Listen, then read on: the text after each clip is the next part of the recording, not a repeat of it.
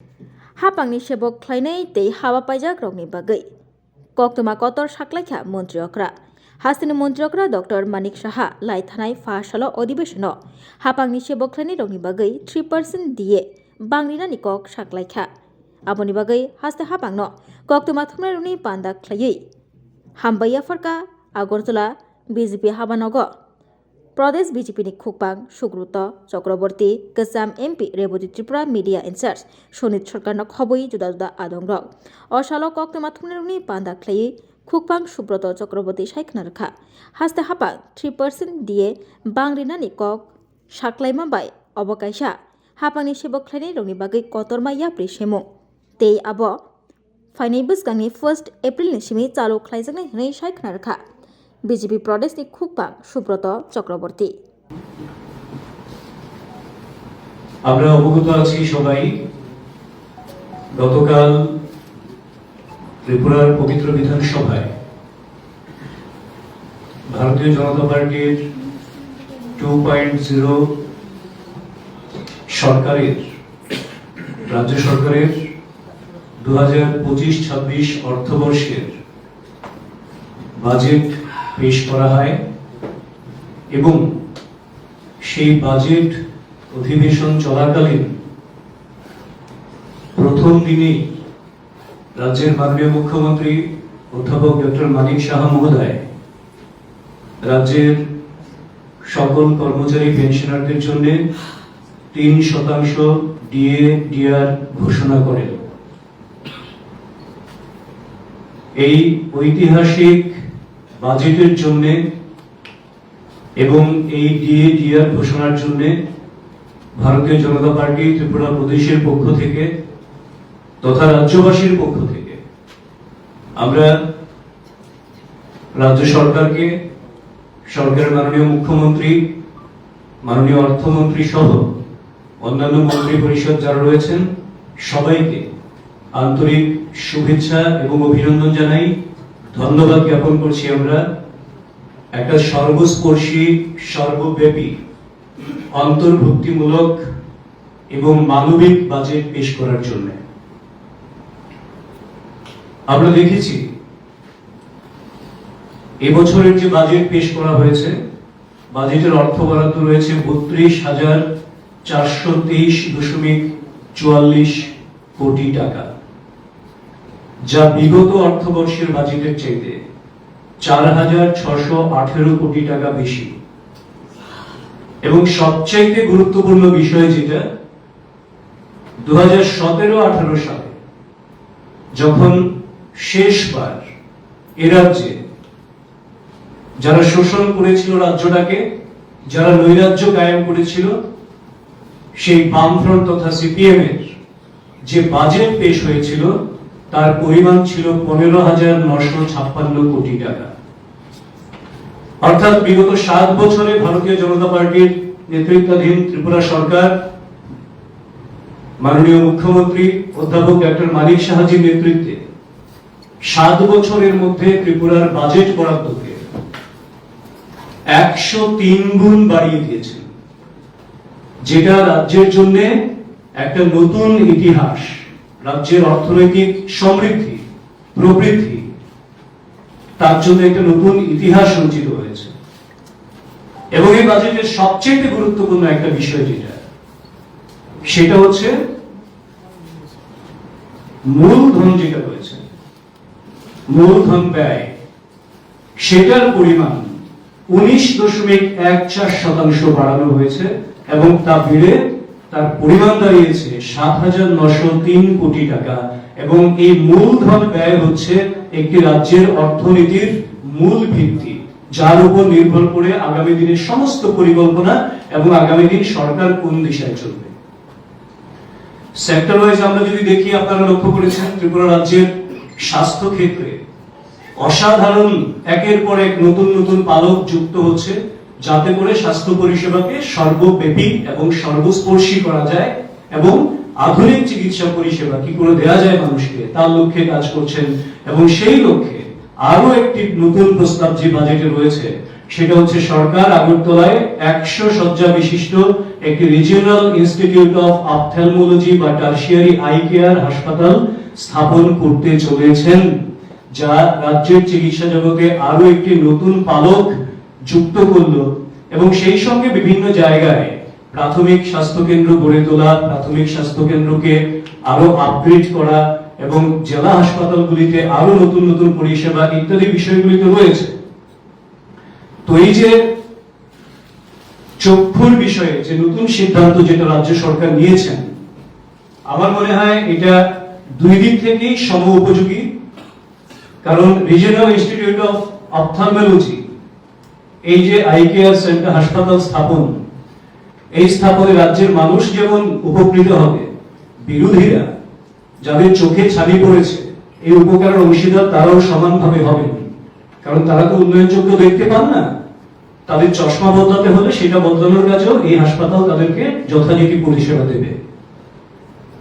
সেই সঙ্গে আমরা লক্ষ্য করেছি রাজ্যের জনজাতিদের উন্নয়নের জন্য রেকর্ড পরিমাণ টিটিএডিসির উন্নয়নে 860.28 কোটি টাকা সর্বোচ্চ বরাদ্দ আজ পর্যন্ত, এবং সেই সঙ্গে জনজাতিদের সাংস্কৃতিক বাদ্যযন্ত্র প্রশিক্ষণ তাকে বাঁচিয়ে রাখার জন্য সুপার 100 প্রকল্পে জনজাতিদের নিট, জেই সহ ইউপিএসসির কোচিং এর জন্য কিংবা অন্যান্য প্রকল্পে ব্যাপক পরিমাণ অর্থ বরাদ্দ করা হয়েছে।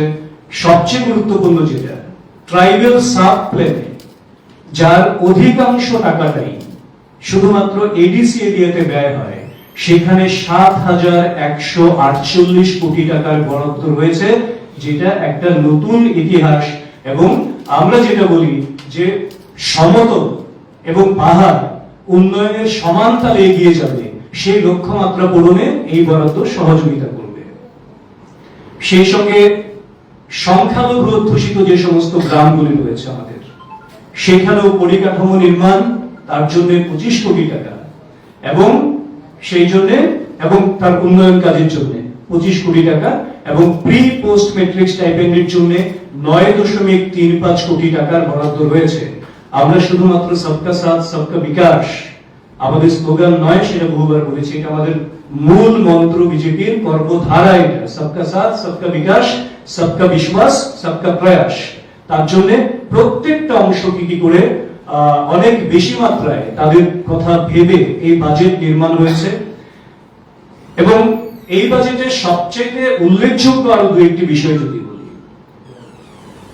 আমরা বরাবর মাতৃশক্তির উন্নয়নে তাদেরকে আরো কি করে সশক্ত করা যায়, আর্থিকভাবে সামাজিকভাবে তাদের নিরাপত্তাকে সুনিশ্চিত করা যায়, তার লক্ষ্যে ভারতীয় জনতা পার্টি ত্রিপুরা প্রদেশের সরকার এবং যশস্বী প্রধানমন্ত্রী নরেন্দ্র মোদীজির নেতৃত্বে দিল্লিতে সরকার চলছে।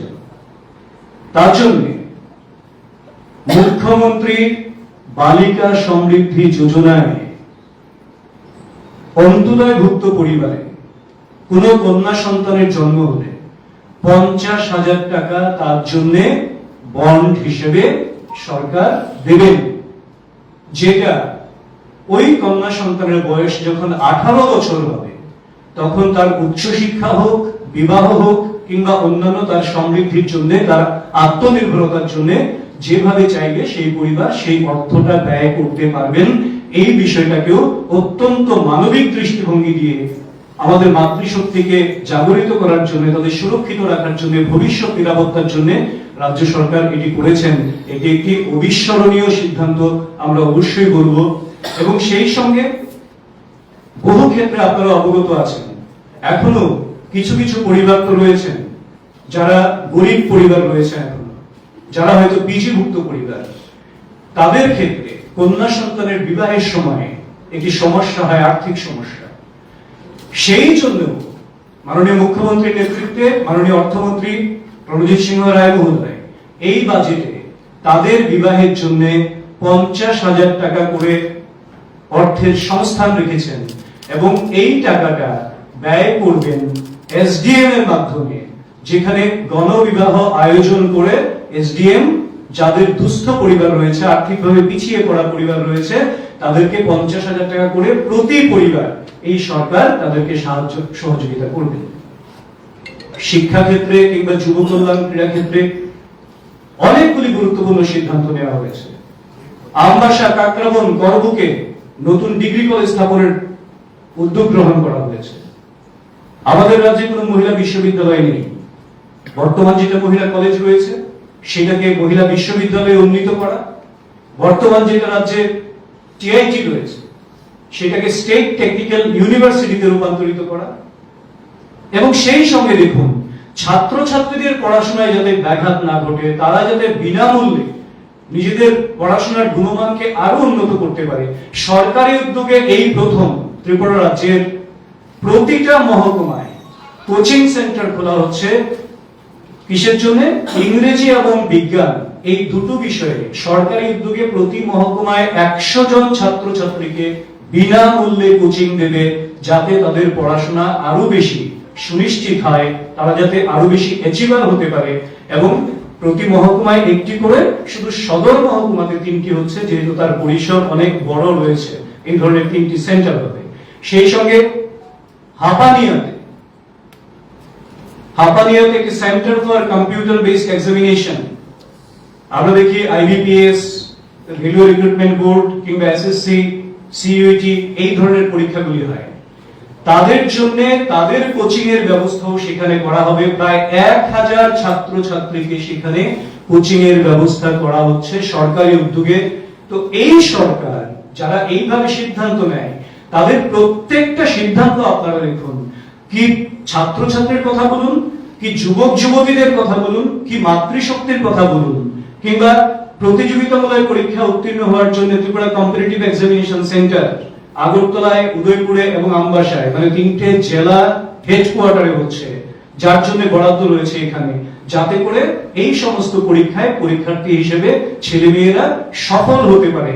তার জন্য যাতে রাজ্যের বাইরে অনেক ছেলে মেয়ে আছে আমাদের, রাজ্যের বাইরে গিয়ে সেই ধরনের কোচিং নিতে চায়, তার যাতে প্রয়োজন না হয়, তার জন্য সরকার তাদের দায়িত্ব নিয়েছেন, এবং যাতে করে তারা পরবর্তী সময়ে বড় ধরনের অ্যাচিভার হতে পারে।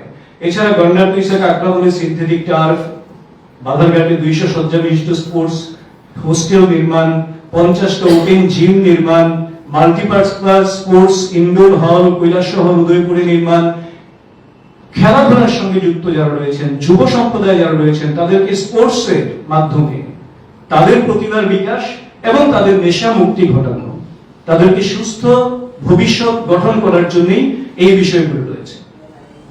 আমরা বহু ক্ষেত্রে দেখি সমাজের একটা বড় অংশ রয়েছেন দিব্যাঙ্গ যারা রয়েছেন, ডিফারেন্টলি এবলড, তারা সব করতে পারেন না, কিন্তু কোথাও না কোথাও তাদের মধ্যে কিছু কিছু গুণ রয়েছে যেখানে তারা সক্ষমতা রয়েছে তাদের পেনশনকে রাজ্য সরকার এই বাজেটে 2000 টাকা থেকে বাড়িয়ে 5000 টাকা করেছেন।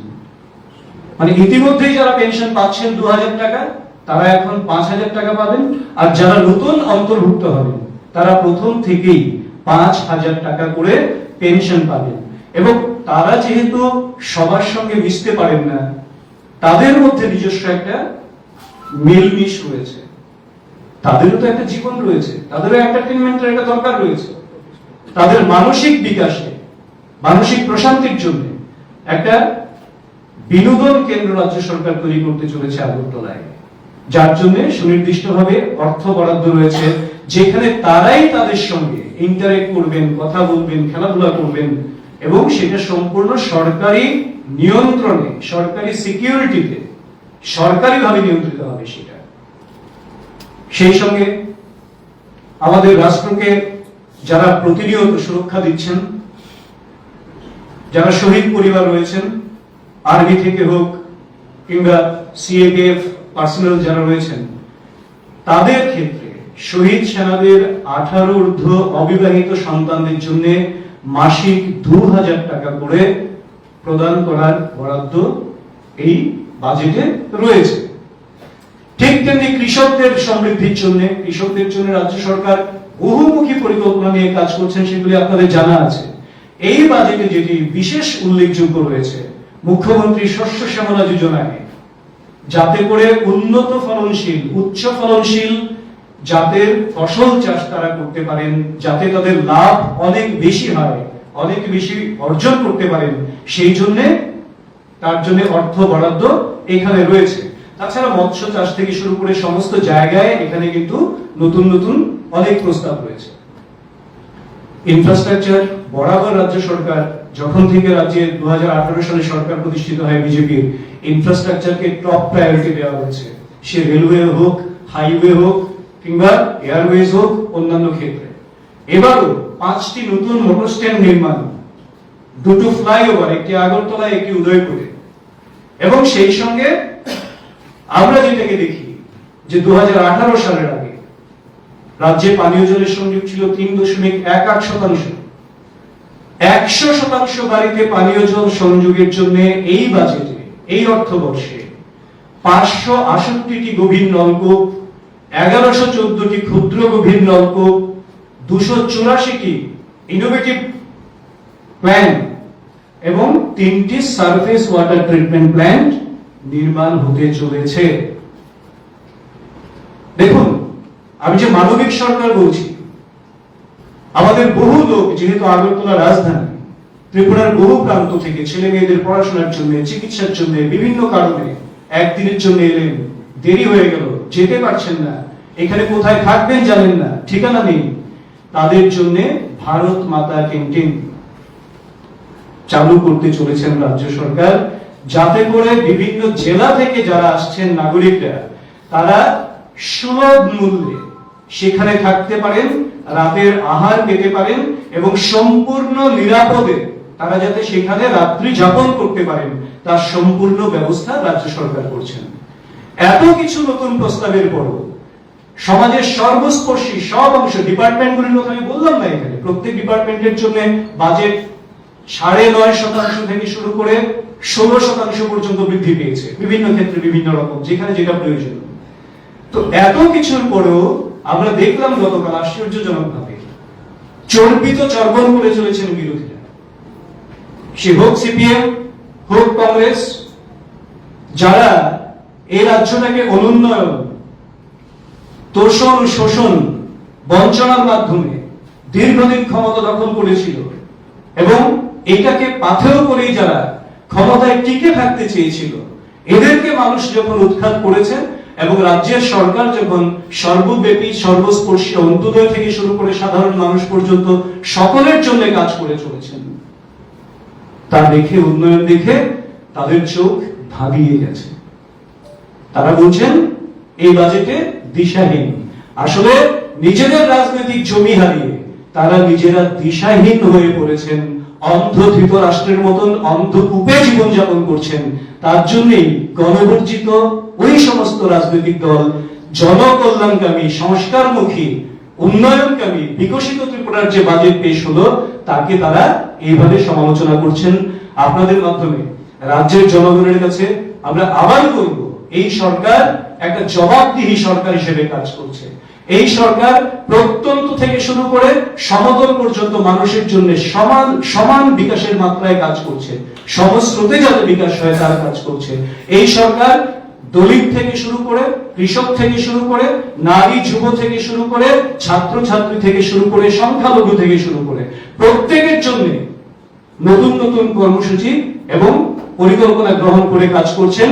কারণ আমরা যেহেতু সবকা সাথ সবকা বিকাশ বলি, তার জন্য সবকা প্রয়াস সবকা বিশ্বাস, সেটাও আমাদের মাথায় রয়েছে এবং এর মাধ্যমে এক ত্রিপুরা শ্রেষ্ঠ ত্রিপুরা নির্মিত হবে এবং তার নির্মাণের জন্য, বিকশিত ত্রিপুরা নির্মাণের এই বাজেট পেশ করার জন্য আবারও আমরা ভারতীয় জনতা পার্টি ত্রিপুরা প্রদেশের পক্ষ থেকে রাজ্যের মাননীয় অর্থমন্ত্রী প্রণজিৎ সিংহ রায় মহোদয় এবং রাজ্যের যশস্বী মুখ্যমন্ত্রী অধ্যাপক ডক্টর মানিক সাহা মহোদয় সহ সমস্ত ক্যাবিনেট মন্ত্রী পরিষদকে আমরা আন্তরিকভাবে ধন্যবাদ এবং কৃতজ্ঞতা জানাই এবং আশা করি রাজ্যবাসী রাজ্যের উন্নয়নের যে কর্মযজ্ঞ নতুন করে রাজ্য সরকার গ্রহণ করেছেন, তার সঙ্গে শরিক হবেন এবং রাজ্যের বিকাশে আপনাদের সক্রিয় সহযোগিতা এবং ভূমিকা আপনারা পালন করবেন।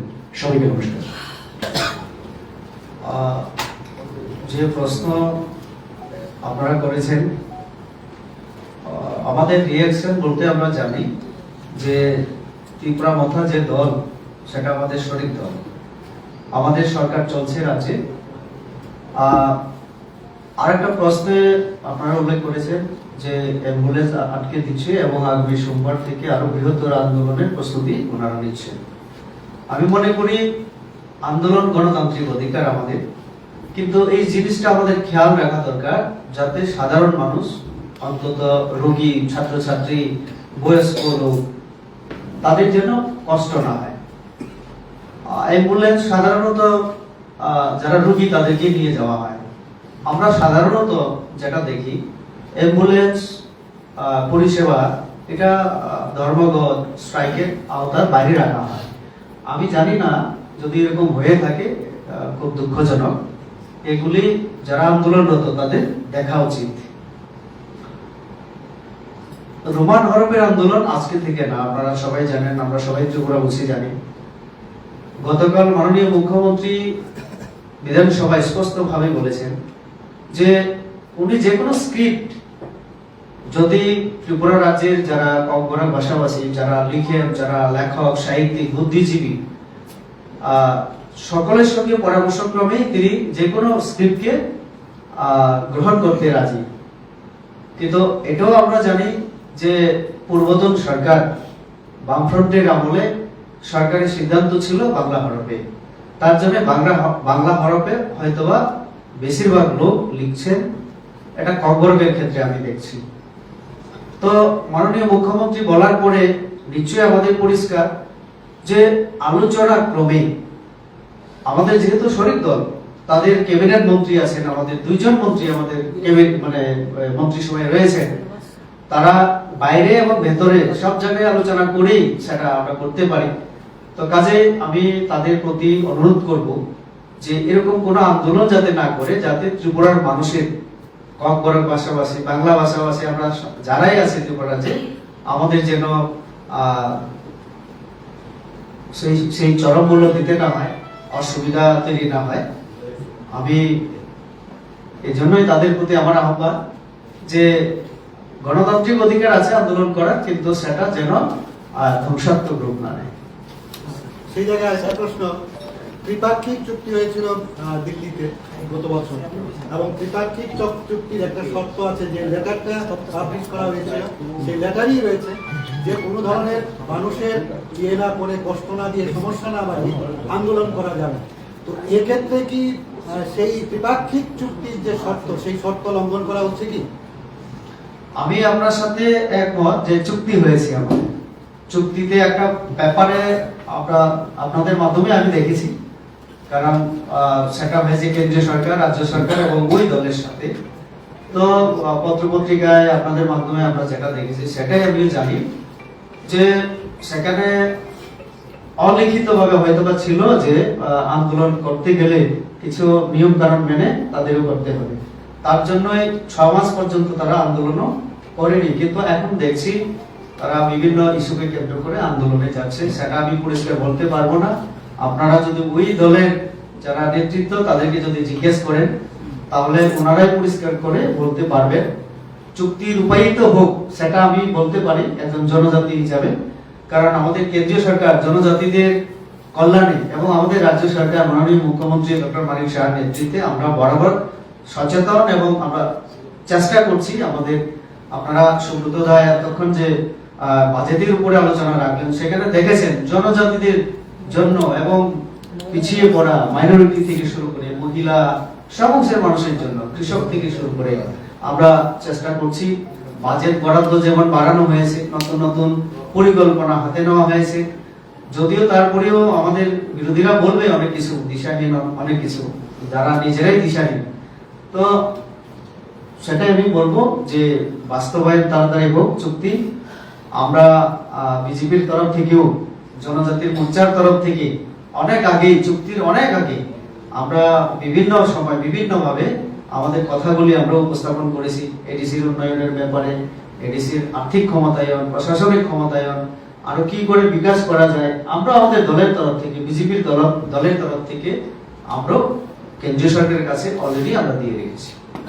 আরেকটা বিষয় হচ্ছে যে ওরা রোমান স্ক্রিপ্টে দাবি করছে, অন্যান্য পলিটিক্যাল পার্টিরা এর সমর্থনও করছে। আপনাদের পার্টির কি স্ট্যান্ড, যদি সেই বিষয়টা একটু বলেন। সরকারের চিন্তা ভাবনা করছে, কিন্তু আপনাদের পার্টির কি স্ট্যান্ড? এই রোমান স্ক্রিপ্টকে আপনারা সমর্থন করেন না করেন না?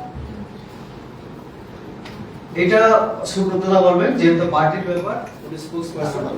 সুব্রতদা একটু একটু একটু একটা বিষয় হচ্ছে, ভারতীয় জনতা পার্টি একটা সাংবিধানিক দল, বিশ্বের বৃহত্তম গণতান্ত্রিক দল, সুশৃঙ্খল দল।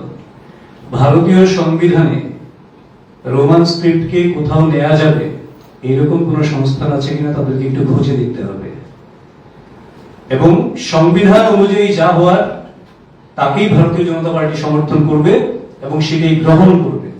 যেটা সংবিধানে নেই সেই বিষয় নিয়ে ভারতীয় জনতা পার্টি কোনো কথা। দেখুন, একটা বিষয়, বিধানসভার আগে যখন পরিষদীয় মিটিং হয়, সেই মিটিংটি অবশ্যই বিধানসভায় কি আলোচনা হবে, বাজেট অধিবেশনে কি কি আলোচনা হবে, কোন কোন বিষয়গুলি ইতিবাচক রয়েছে সেইগুলি নিয়ে, এবং একটা স্ট্র্যাটেজিক বৈঠক সেটা হয়, কৌশলগত বৈঠক হয় সেখানে। তো এইটার সঙ্গে ওই বিষয়টার তেমন কোনো সম্পর্ক আছে বলে আমার ব্যক্তিগতভাবে মনে হয় না। যদিও এটা সরকারের বিষয়, এই বিষয়টিতে বিধানসভায় ওই মিটিং এ কি আলোচনা হয়েছিল সেটা রাজ্যের মাননীয় মুখ্যমন্ত্রী মহোদয় রয়েছেন, উনি বলতে পারবেন, এবং কারণ সেটা ওনাদের বিষয়। বাজেটের আগে সেটা একটা ফর্মালিটি, কেন্দ্রীয় বাজেটও আমরা তাই দেখি, মাননীয় প্রধানমন্ত্রীজি একটা বৈঠক করেন অর্থমন্ত্রী সহ বাকি পরিষদীয় মন্ত্রী যারা আছে, এখানেও তাই হয়েছে। এখানে বাকি কি এজেন্ডা ছিল, এই বিষয়টা আলোচনা হয়েছে কিনা সেটা আমাদের জানার কথা নয়। এই ভোগান্তি থেকে রাজ্যবাসী কবে নাগাদ স্বস্তি পেতে পারে, কিছুটা ইঙ্গিত দিতে? এটা যারা ভোগান্তি দিচ্ছে তাদেরকে জিজ্ঞেস করুন কবে নাগাদ স্বস্তি দিতে পারে। আমাদের শহীদ দল, আমাদের মাননীয় মুখ্যমন্ত্রী গতকাল বিধানসভায় অলরেডি বলে দিয়েছেন যে ওই চুক্তি অনুযায়ী কি কি সংস্থান রয়েছে সেই ধরনের বিবৃতি একটি তিনি দিয়েছেন। তো এটা সম্পূর্ণ স্পষ্টীকরণ রয়েছে।